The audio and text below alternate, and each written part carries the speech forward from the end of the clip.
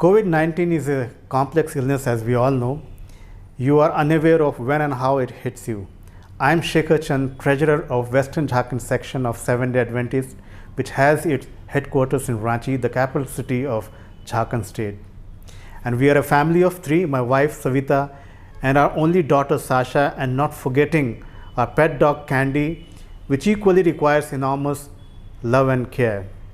Somehow we survived the first wave in the year 2020, as our state wasn't affected much by the pandemic. But the second wave of COVID hit the state very hard in the month of April 2021. But we still continued with our regular worships amidst hooting sirens of emergency vehicles passing through the road where we are strategically located. On April 11, I finished my online sermon for Barakai Church and later joined my family with the ongoing church service on the campus. Everything seemed okay, and we all separated to our homes, and we maintained self-distancing and wore our mask. But a couple of days later, the symptoms began to occur with fever and chest congestion. We all had the same symptoms, and as only the emergency services were available in the hospitals, we took over-the-counter medication and waited for some respite.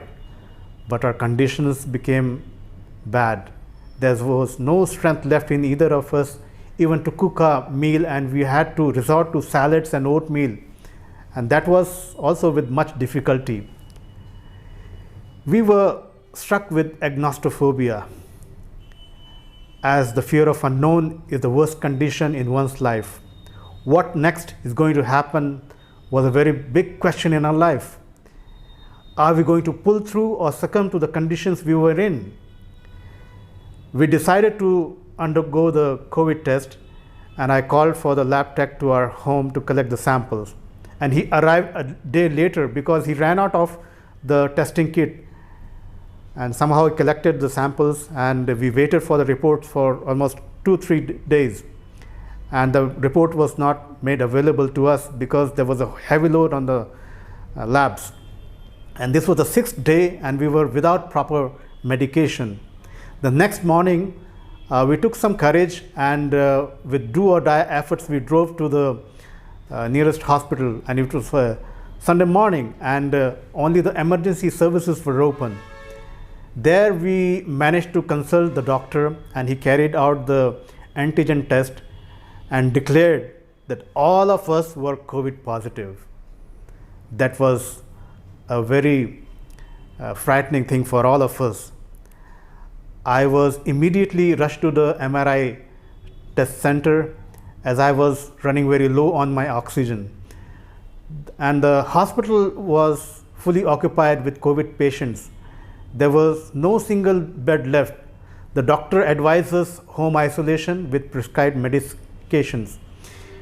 And we had to return home after taking some pills when our fever got down. We also could not ask for the help from our neighbors, because our neighbors too were in the same conditions, and they were unable to help us.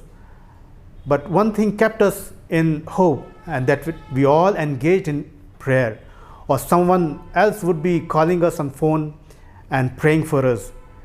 And gradually our conditions became better. I remember a week later when I was lying on my bed, and my conditions again became critical with the enlarged prostate and severe UTI. As I was in deep pain, I called my wife and she came to the washroom where I was seated, and she prayed for me. And at that moment, I experienced the miracle in my life. My condition became better from that very moment, because God had heard our prayers. During our recovery, we decided that we will be calling people who were COVID positive and praying for them.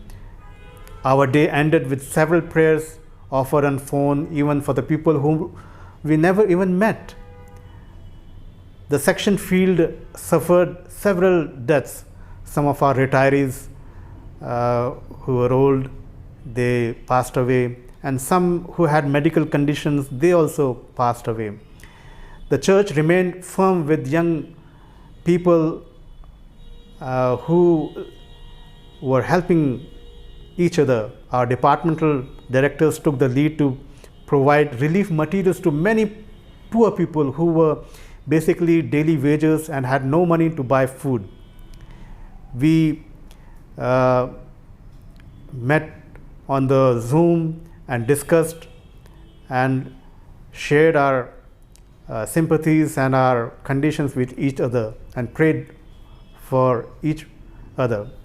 In the rural areas, the church pastors stayed connected with the members, and they had small group worships, and as a result the tithe and offering kept on coming, and we were able to meet with the salaries and expenses each month. And as a treasurer, I thought how God hears our prayers and answers them when we earnestly call on Him. I am thankful to God who has given us one more life to live for Him. May His name be glorified.